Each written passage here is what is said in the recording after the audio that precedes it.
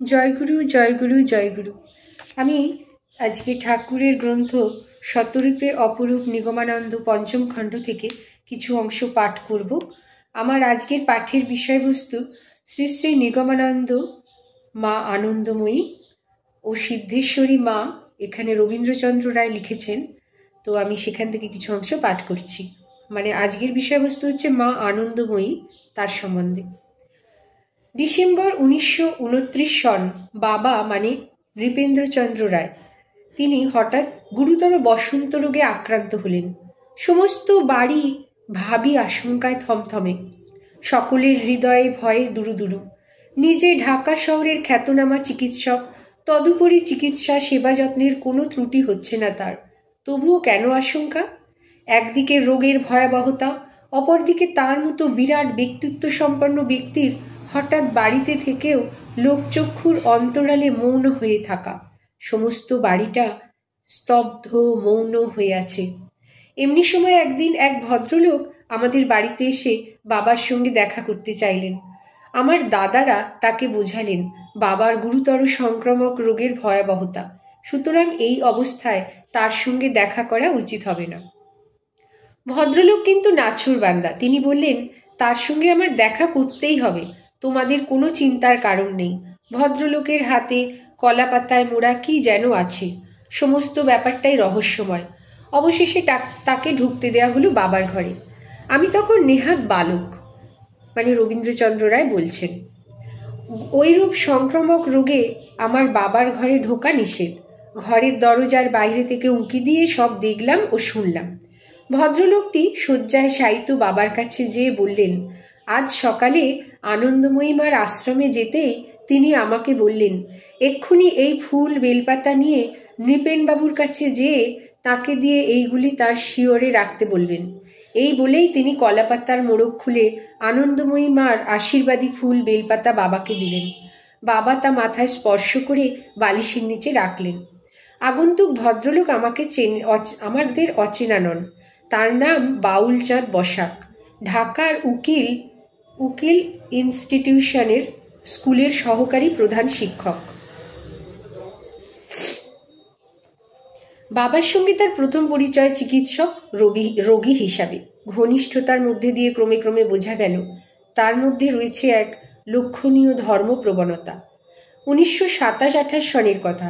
তখন আমাদের বাড়ির বৈঠকখানায় রোজ সন্ধ্যায় এক আসর বসত। তাতে যোগদান করতেন শ্রী শ্রী ঠাকুরের কয়েকজন ভক্ত এবং ঢাকার ইস্ট বেঙ্গল টাইমস পত্রিকার সম্পাদক নরেন্দ্রনাথ দত্ত। শুধু পত্রিকার সম্পাদক হিসেবে নয়, তার বিভিন্নমুখী অগাধ পাণ্ডিত্যের জন্য ঢাকার বিদগ্ধ মহলে তিনি সুপরিচিত ছিলেন। ক্রমে ক্রমে বাউলবাবুও সেই আসরে যোগদান করলেন। তার উপস্থিতি খুব নিয়মিত ছিল না। মাঝে মাঝে তিনি আসতেন, কথা বলতেন কম, শুনতেনই বেশি। সেই আসর সন্ধ্যার পর হতে আরম্ভ হয়ে কোনোদিন গভীর রাত পর্যন্ত চলত। আলোচনার কোনো নির্দিষ্ট বিষয় ছিল না।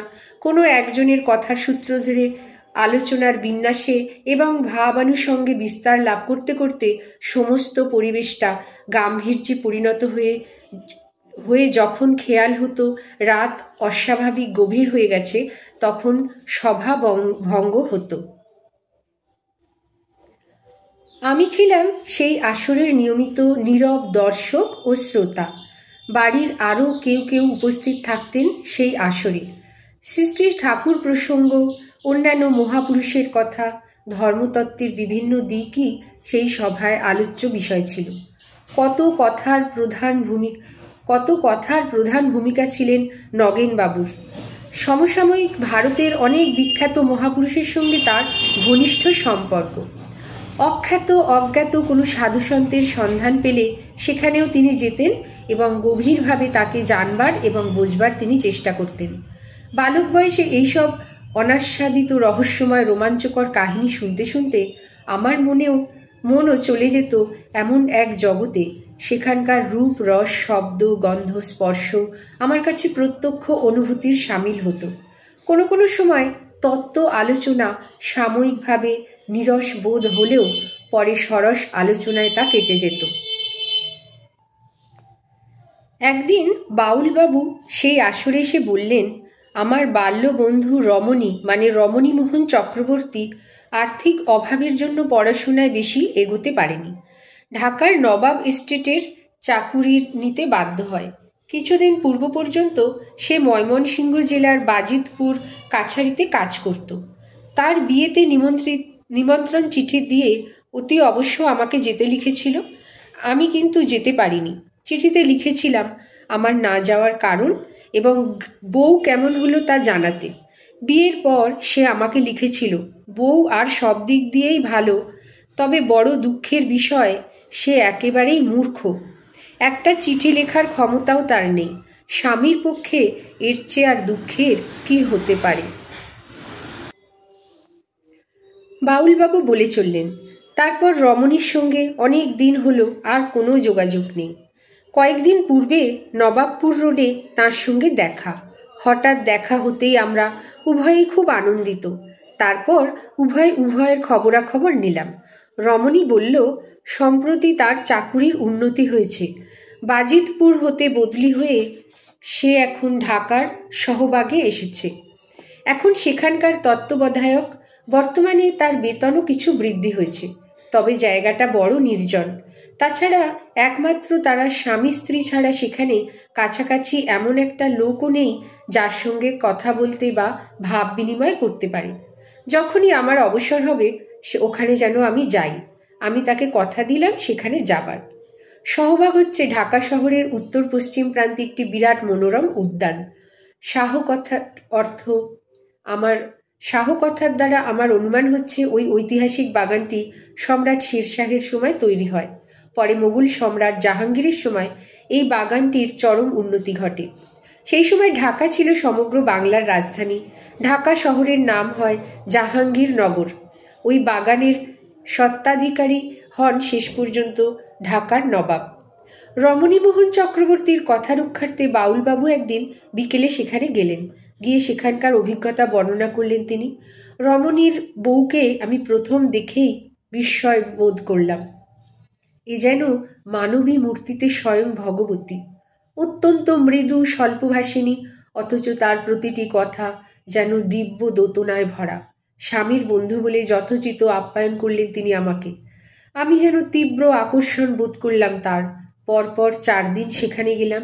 প্রতিদিনই নতুন অভিজ্ঞতা। একদিন বললেন আপনার উপাস্য তো মা কালী, কিন্তু মূর্তির ভিতর যে আসল দেবতা আছেন তাকে দেখেছেন কখনো? ইচ্ছে হলো বলি, আমার সামনেই তো তিনি। নিজেকে সামলিয়ে নিলাম, নির্বাক হয়ে রইলাম। কিছুক্ষণ পরে অনুভব করলাম তার শরীর হতে চন্দন মাখা গন্ধ বের হচ্ছে। অজ্ঞাতসারেই আমার মাথা তার পায়ে লুটিয়ে পড়ল। স্বতঃস্ফূর্তভাবে মুখ থেকে বের হলো, মা, আপনি আমায় কৃপা করুন। তিনি সেদিন আমাকে বাবা সম্বোধন করে বললেন, যখনই সময় পাবেন এখানে আসবেন। রমণী তখন ঘরের বাইরে কাজে ব্যস্ত ছিল। আমি বাইরে যেয়ে তাকে বললাম, তুমি তোমার বউকে চিনতে পেরেছ? সে কে? রমণী বলল, কিছুটা চিনতে পেরেছি, কাউকে এই পর্যন্ত কিছু বলিনি। বিয়ের পর নতুন বউ মাঝে মাঝেই কেবল ঘুমাতো, এজন্য বাড়ির লোকেদের কাছে ওকে নানা কথা শুনতে হয়েছে। ও নীরবে সব সহ্য করেছে। একদিন আমাকে বলল, যখন আমি ঘুমাচ্ছি বলে তোমরা মনে করো, তখন আমি নানা দেব দেবী দর্শন করি, তাদের সঙ্গে আমার কথাবার্তাও হয়। তবে এইসব কথা কাউকে বলো না। বাড়িতে ওকে নানা রূপে লাঞ্ছনা গঞ্জনা সহ্য করতে হয় বলে আমি ওকে আমার কর্মস্থল বাজিতপুরে নিয়ে এলাম। সেখানে একদিন এক অলৌকিক দৃশ্য দেখলাম। ভোরে উঠে উঠানে ঝাড়ু দিচ্ছে, এমন সময় দেখলাম হাতে ঝাঁটা সহ সে শূন্যে ভাসমান। যাই হোক, তুমি মাঝে মাঝে এসো, তোমার মুখে আমার বউ সম্বন্ধে এই প্রথম শুনলাম।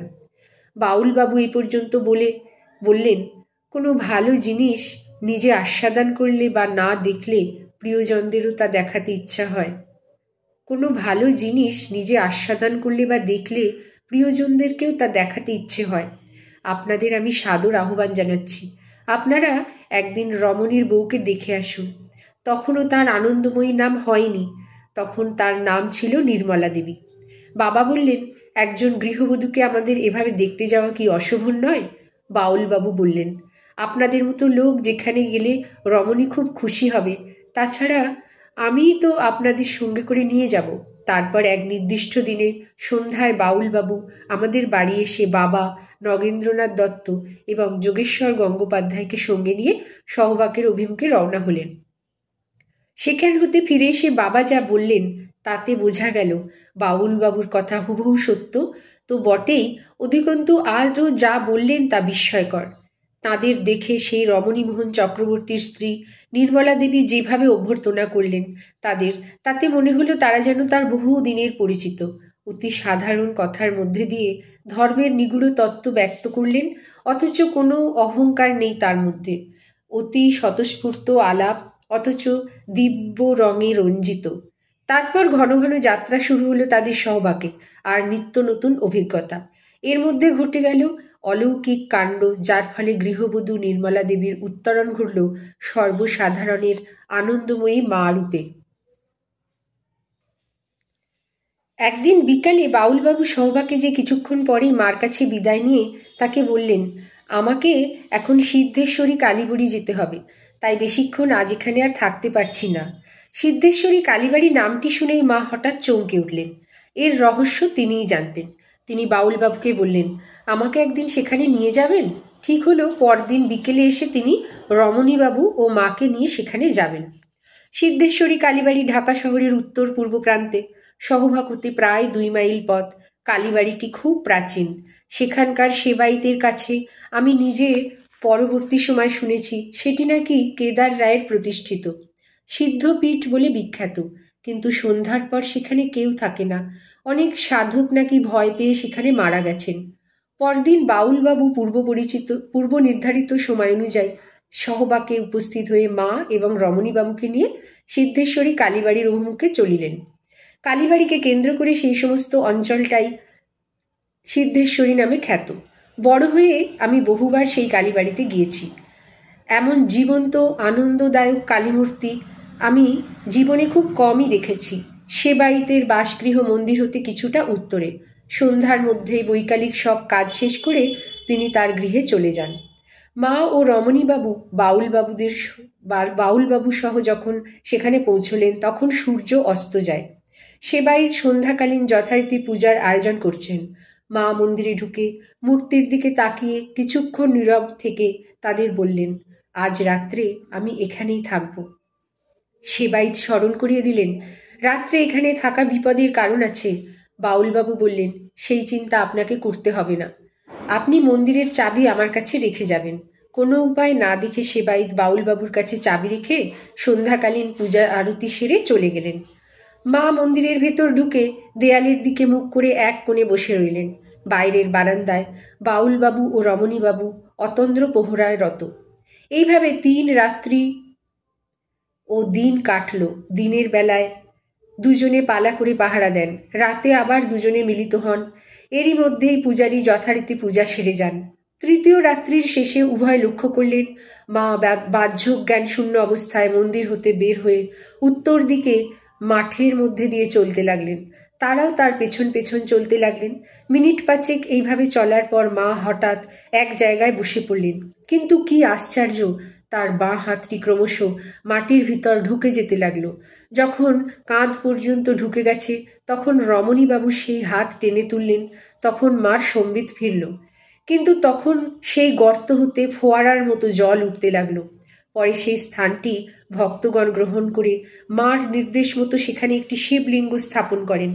ওই স্থানটির বৈশিষ্ট্যের জন্যই অতি সাধারণভাবে 2টি ঘর তৈরি করা হয়, একটি আশ্রম তৈরি করা হয়। সে অবশ্য তখন হতে কিছুদিন পরের কথা। সেইটিই হলো মার প্রথম আশ্রম। এই ঘটনাকে কেন্দ্র করে মহাবিদ্যা ভাবের উত্তরণ ঘটল মার জীবনে। গৃহবধূ নির্মলা দেবী কিছুকালের মধ্যেই রূপান্তরিত হলেন সর্বসাধারণের কাছে আনন্দময়ী মা রূপে, আর রমণীমোহন চক্রবর্তী অভিহিত হলেন ভোলানাথ নামে। এসবই ভক্ত প্রদত্ত নাম। জয় গুরু, জয় গুরু, জয় গুরু।